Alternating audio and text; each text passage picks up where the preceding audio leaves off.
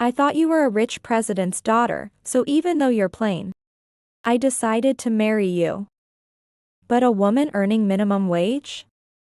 I don't need you anymore. Get out, you dumb wife. I'm sick of being mothered by someone like you. I don't need a low-income old lady, please leave. As they grinned maliciously, they spoke these words while looking at me. As if it was a given. My belongings were already packed in cardboard boxes and trash bags, placed beside them. I had many things I wanted to say. But my heart was too shattered to muster the strength to respond. So, you want me to divorce you and leave this house, is that it? Exactly. I did like that you're understanding. Once she leaves, Dad can finally be happy. I understand. But you will definitely regret this. Despite being insulted to this extent, I'm not kind-hearted enough to stay silent. They will surely regret it once I leave this house. My name is Gina Manning. I'm a 50-year-old office worker. I've been working at my father's company while managing childcare for my daughter Mia. And household chores for over a decade. I married Brian 10 years ago. Our meeting was through work. Brian was the sales representative of a client, and I always found him easy to talk to. He wasn't my type physically, but being a person who doesn't make friends easily. I was secretly attracted to Brian, who was always bright and smiling. Then, Brian confessed his feelings, and we started dating. Initially, I was hesitant, fearing we were not a match, but he said, "Your shy nature and domesticity are wonderful." Our relationship was going well, and we enjoyed our time together. But one day, Brian dropped a bombshell. Actually, I have a daughter who's 10 years old. He confessed this 6 months into our relationship, right when he proposed. What? I was shocked to learn Brian had a child, as I knew he was divorced but didn't expect he had a child. I was thrilled to be proposed to but honestly felt more bewildered. Still, Brian, who would take me to delicious restaurants and beautiful nightscapes, always encouraged me with positive words. I thought life with him would be fun and eventually decided I wanted to marry him. A divorcee with a child? Drop it. Gina, you're bound to suffer. My strict father was strongly against it. But Brian promised, "I'll definitely make you happy."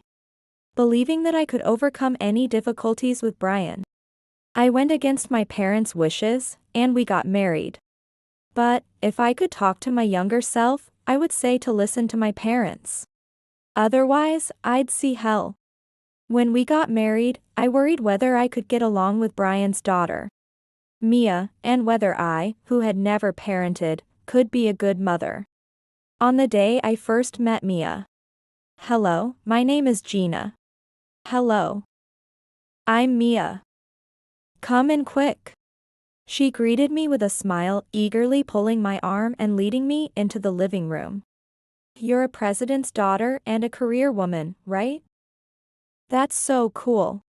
Her eyes sparkled with innocence, and I was touched. She seemed like a wonderful child.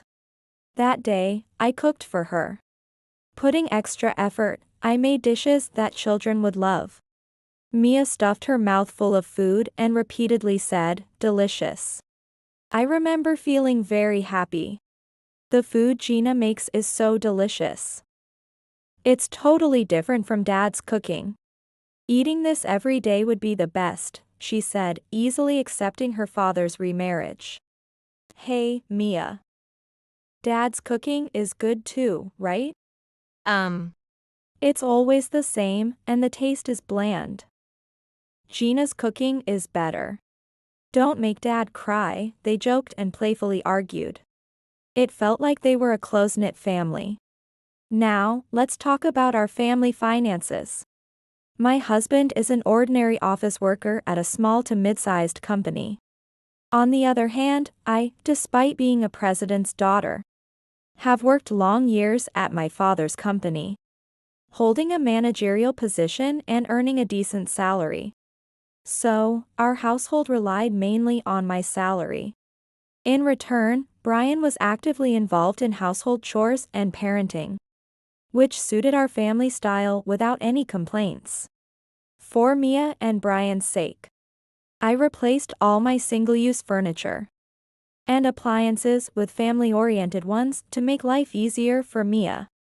As for our living situation, I had been living in a spacious apartment owned by my father's company, which was too large for one person.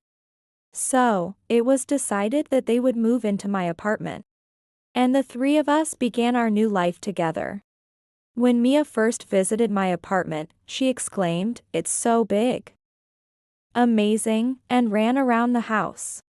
Watching her, I vowed to work hard in parenting and my job, hoping to see her grow into a respectable adult. Our life together as a family of three was peaceful and enjoyable. There were no blood ties, but we were becoming a real family, looking forward to the future. However, reality was not so kind. When Mia entered junior high, her attitude towards me began to change. Mia joined the badminton club in middle school. The club was so dedicated to practice that during the day I was at school, and from evening to night I was at the club, which meant I gradually spent less time at home. On days when there was no club activity, as soon as I returned from school, I would toss my bag onto the sofa and just mess around with my smartphone. As this became more frequent, the distance between Mia and me began to grow. Even when I spoke to her, she wouldn't even nod, let alone turn to look at me.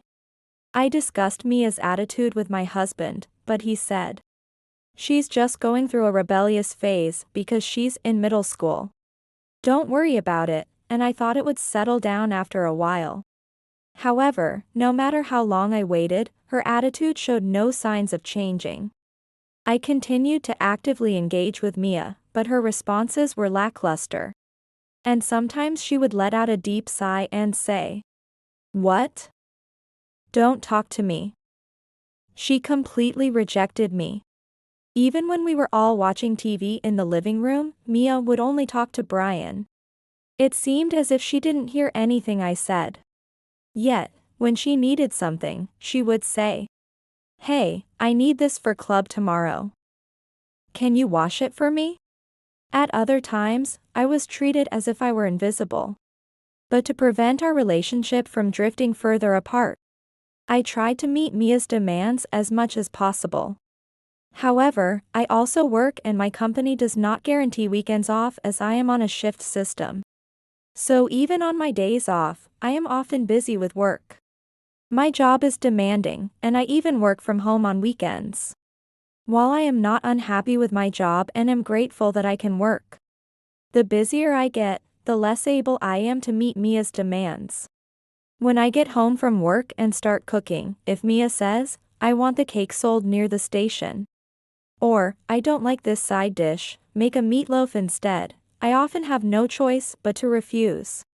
Every time I refuse, Mia openly shows her displeasure and says, "Useless. A mother should at least do that," and then goes back to her room. Lately, she often says, "A mother should be able to do this much, right?" I'll say it again, while legally I am Mia's mother, Mia and I are not related by blood. I have always tried my best to be acknowledged by Mia as her mother. But I still feel that she does not accept me as such. Every time Mia says those words, I blame myself for not being able to meet her needs and fall into self-loathing. This also applies to my husband. When Brian and I first met, he was very attentive and constantly showed me his charming smile. However, once we got married, his attitude cooled off after a year, and the atmosphere between us felt more like roommates than a loving couple. So, I even tried to get his attention by suggesting, "Why don't we go on a date, just the two of us?" But he rejects it, saying, "Huh? A date? We have a daughter named Mia. So don't say something creepy like that." What would Mia think? Brian already had a child when we first met, and we used to go on dates anyway. I would like to say that, but saying so would only make him angry again. What's more, I'm troubled by the extravagant spending of both my husband and Mia. I work for my father's company and hold a managerial position, so my salary is quite good. However, because my husband and Mia spend so much, we hardly have any savings left. I have warned them about this many times, but they never seem to improve.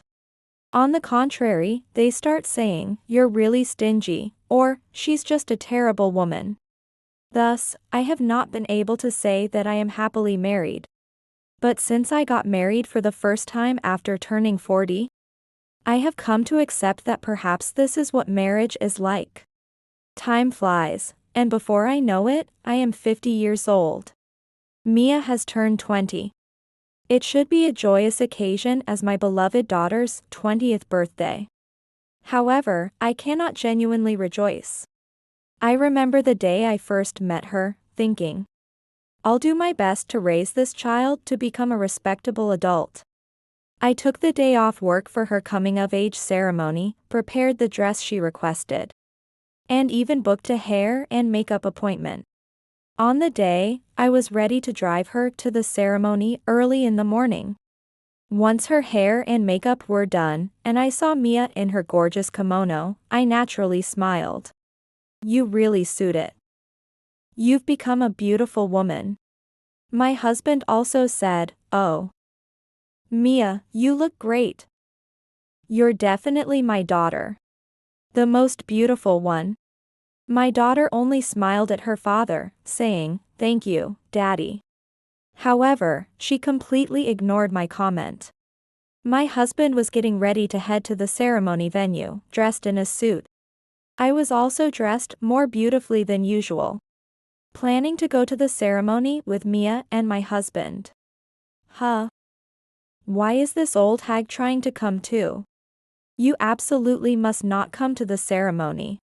My daughter called me an old hag and was verbally abusive. But, since my daughter is dressed so beautifully, I want to go together.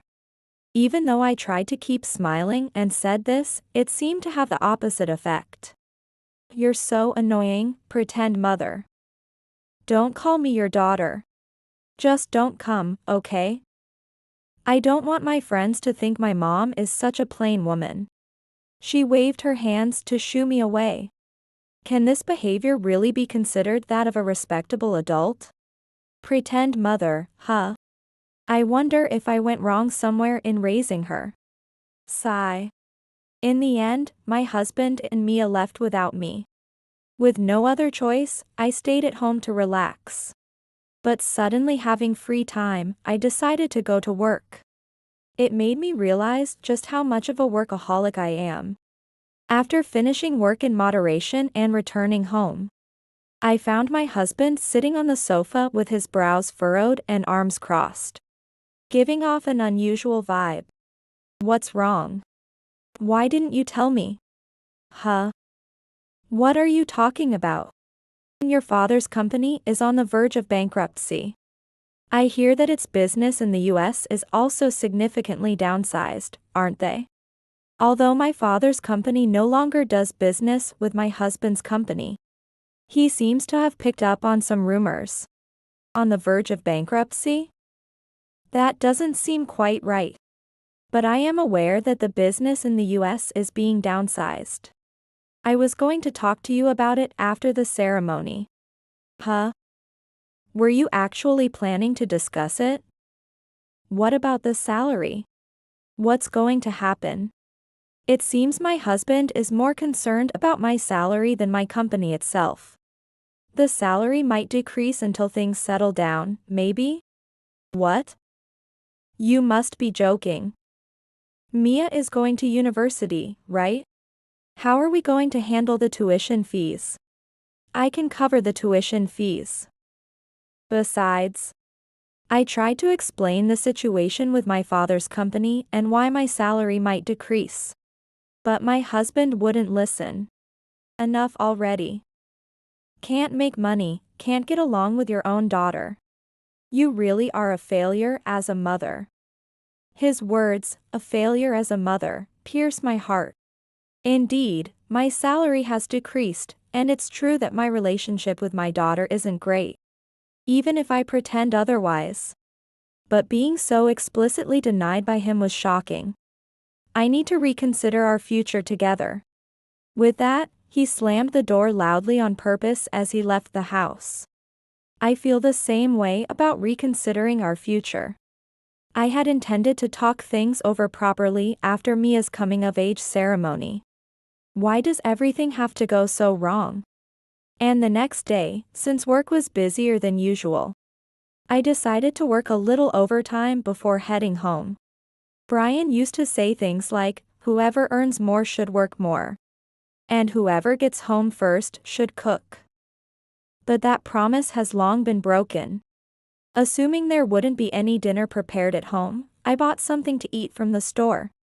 When I arrived home, I found Brian and Mia grinning oddly. Normally, they would either be watching TV or stay in their rooms when I get back. So this was definitely unusual. It was as if they were waiting for me, but their demeanor didn't seem welcoming. I had a bad feeling about this. My bad feelings are usually right. Today was no exception. Finally back, huh? You're late. Really, you're so late, we were getting tired of waiting. Well, I've been a bit busier lately with new tasks at work. But what's up with you two? Here, take this. He then threw a large bag towards me. Open it and see. This is. When I opened the bag, of course, it wasn't filled with presents. Instead, it was packed with my clothes and cosmetics. What is this all about? I couldn't understand it all and couldn't catch up with my thoughts. Then, my daughter led me to a room at the back of the living room. When she opened the door, all my belongings from around the house were packed into cardboard boxes and trash bags. Mom, you have too much stuff. It was hard to pack it all. I took the day off to pack it up. I'm really tired. Thanks, Dad. You worked hard. Watching them laugh together, I finally understood their intentions. Are you telling me to leave? That's right. Mia and I have been discussing it for a while. Right. Isn't your dad's company really in trouble? Your salary has decreased, hasn't it? There's no point hiding it, I heard everything from Dad. No, that's. Really, Mom, your role in this house is over. That's right. Your role is completely finished. We don't need someone who can't earn money. They didn't give me a chance to speak, intending to blame me together, 2 against 1. They talked non-stop like a machine gun, and I couldn't find a moment to interject. So I just listened, bowing my head in silence. As I remained silent, they seemed to forget I was there and their true feelings spilled out. I married you because you were the president's daughter. Even though you're plain, and I thought I won a big prize. Right. I thought I'd live in a beautiful apartment and become a rich man's daughter. Accepting a mother with such an unattractive face. And then to be scolded for spending too much money. And with this face? I can't even tell my friends that someone like this is my mom, it's embarrassing. What are you both saying? I managed to interject with a faint voice. But this only spurred them on. I can say it now, but I married you for childcare help and money. What? I couldn't believe my ears. My first wife couldn't handle childcare at all. She was a stay-at-home mom who couldn't earn. And she had postpartum depression right after having a baby, so that marriage was a failure. Mia was important to me, so I took her, but I knew as a simple salaryman, I couldn't raise a daughter alone. So I looked for someone plain who seemed to have money and wouldn't betray me. And there you were, the perfect fit. You can't be serious. I went against my parents' wishes to marry you. You're really stupid. Just a little affection and your face would turn red. It was easy to win you over. And after all that, I even married you. That's awful. The awful thing is the company going under. I've seen your recent paychecks.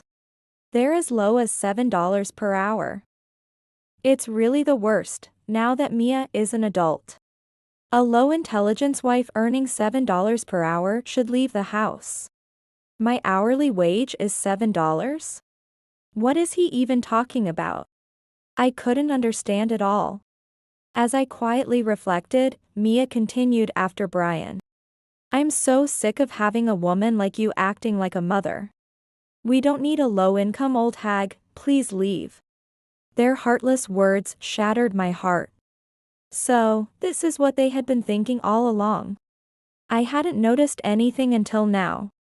I had many things I wanted to say, but I no longer had the energy to say them. You want me to divorce you and leave this house, right? That's right. I didn't dislike your understanding nature. Poor Daddy, really. This woman has hurt and deceived him so much. Now, finally, Daddy can be happy. Why does my daughter hate me so much? I don't recall ever doing anything to deserve such treatment from either my husband or my daughter.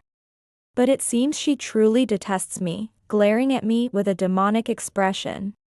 Seeing such a look on my daughter's face, my husband was grinning smugly. Anger started boiling inside me. After being treated this way, I'm not so kind-hearted as to stay silent. They will surely regret it once I leave this house. I immediately began preparing to leave. Oh? Are you really deciding to leave? It seems like you've finally realized that you're just baggage in this house. It's been a long time coming.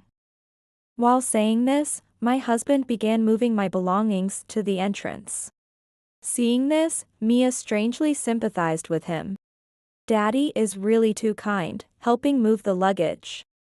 Any belongings you don't take today, I'll send them c.o.de later. But you need to get all your stuff out of our house within a week, or I'll dispose of it all. Just so you know. Suddenly telling me to leave and setting a deadline for moving out. And then threatening to dispose of it if I don't meet the deadline? How unreasonable can he be? Understood. And just one last thing, be prepared. Because you will surely regret this. I said this to my husband in the loudest voice I've had throughout my life. Regret? There's no way that will happen.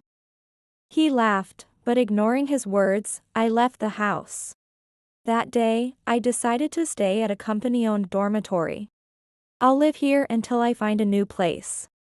I could have had my belongings sent COD. But I didn't want my ex-husband and daughter to know my new address. So I hired movers to take care of it while they were not around. Since we both worked, we had agreed to split our savings equally between us. Brian has a habit of spending lavishly, so he's never been able to save much. As a result, inevitably, a lot of the money I had saved ended up in his hands. But these were the rules, and I had to follow them. In the end, I transferred $100,000 to him. Well, I hope he uses that money for Mia's college fees. That was the original intention, after all. Thus, our divorce was finalized.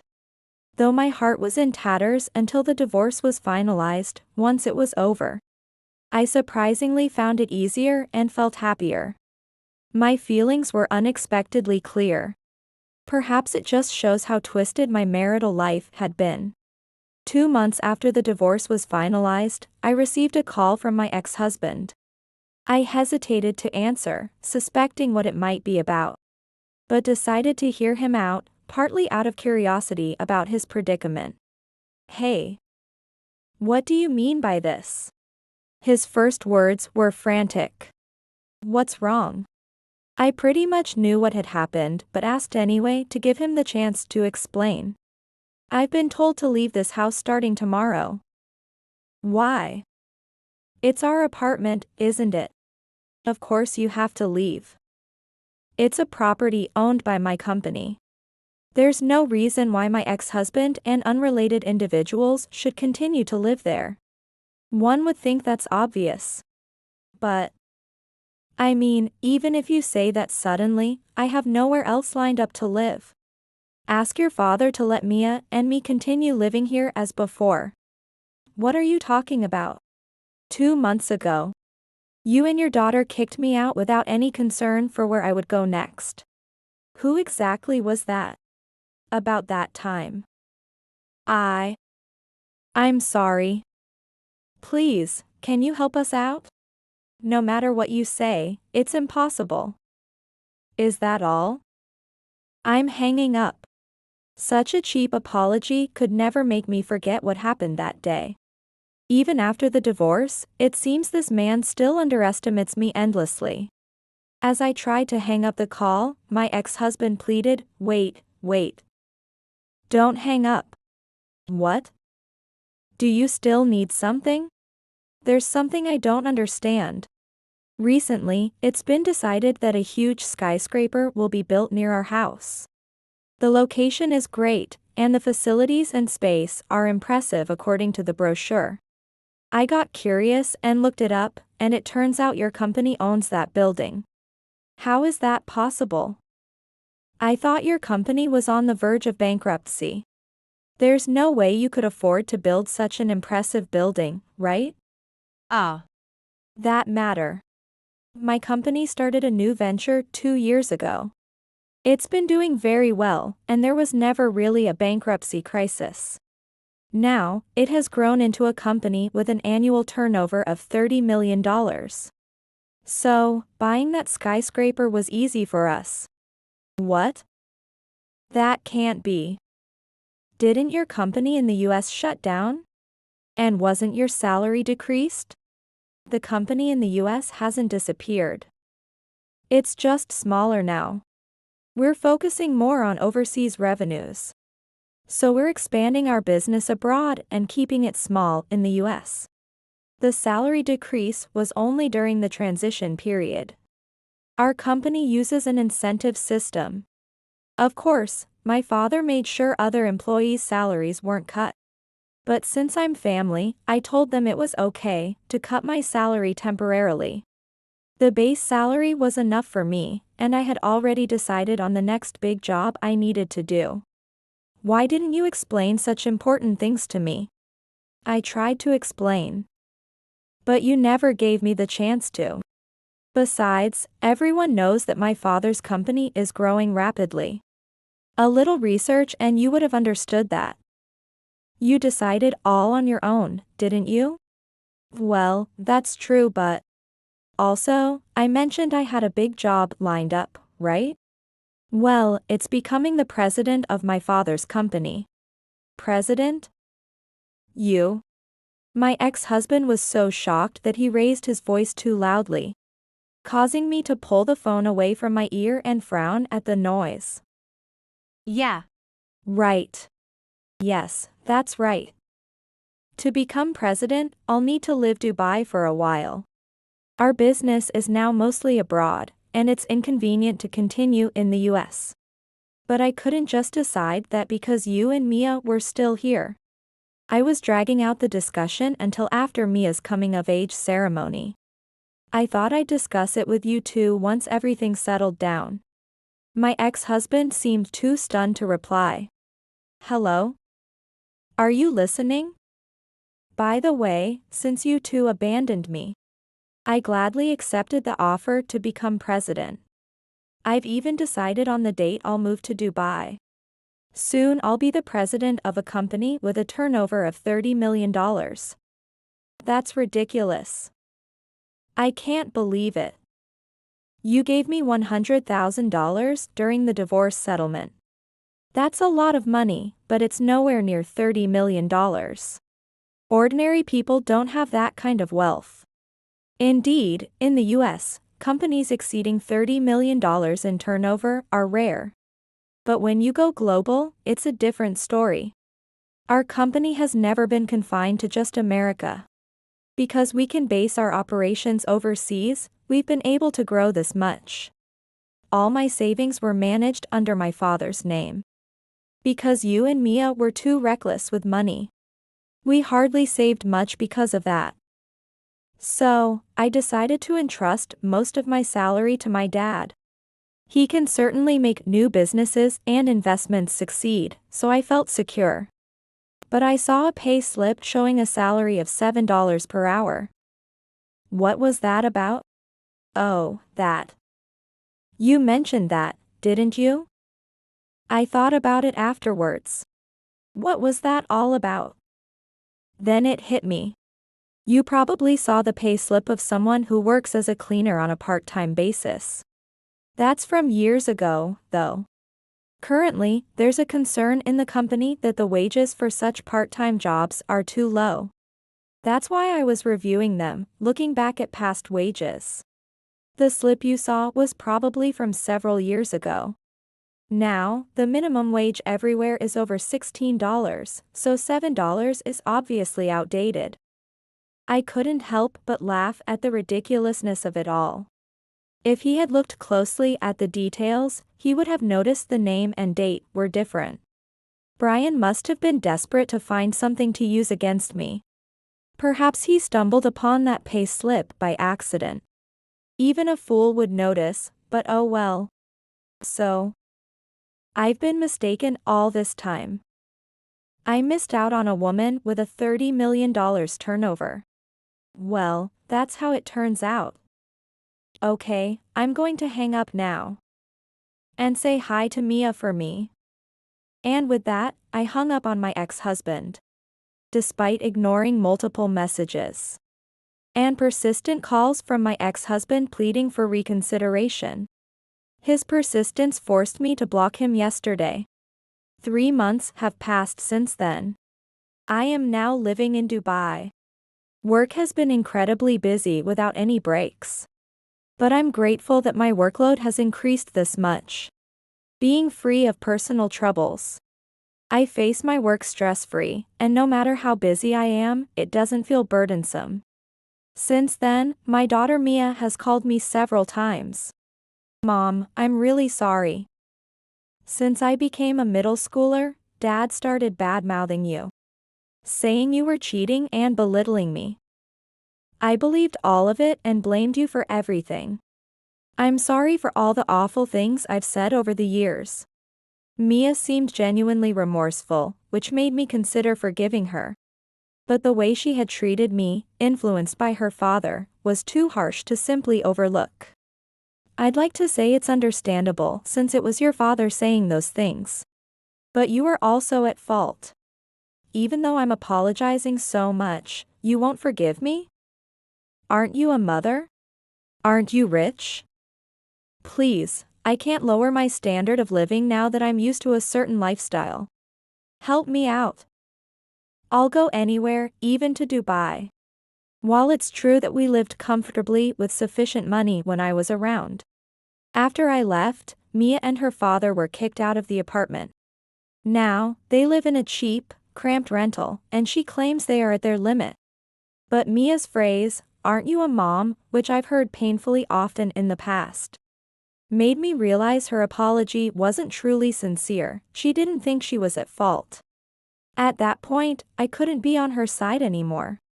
If it had been a heartfelt apology, I would have forgiven her without hesitation. That's what parents do. They end up indulging their children. However, it was different. Mia had ridiculed me too much in the past to sincerely change her attitude towards me now. She has always been a child with high pride since she was young. With that in mind, I've decided to stop being a mother to this child. You said, "Aren't you a mom?" But you also told me not to act like your mother. So I've stopped. I'm sorry, but you're an adult now. You need to live on your own. Good luck. Wait, are you serious? Are you abandoning your daughter? I can't even go to university, and my entire first paycheck will go to rent. Weren't you the one who abandoned me first? Besides, I gave your father $100,000. You shouldn't be struggling that much initially. That money. Dad bought a car, and I bought a designer bag, so there's almost nothing left. Mia admitted this awkwardly. Apparently, she and her father had been too accustomed to living off my salary and couldn't stop their lavish spending suddenly. But that was not my concern anymore. I don't know about that. I've made up my mind. You'll have to figure it out yourself. Goodbye, I said and hung up the phone. However, I have no intention of blocking my daughter. No matter what, she's still the child I spent over a decade with. If she truly finds herself in trouble and sincerely apologizes and shows remorse, dropping her pride, then perhaps I might extend a helping hand. But that seems like it might still be far off in the future. Life in Dubai is busy and not easy, but I am happy now. Perhaps one day I'll take the employees living in Dubai on a leisure trip back to the US. As I think about these plans, I continue to enjoy my peaceful time alone.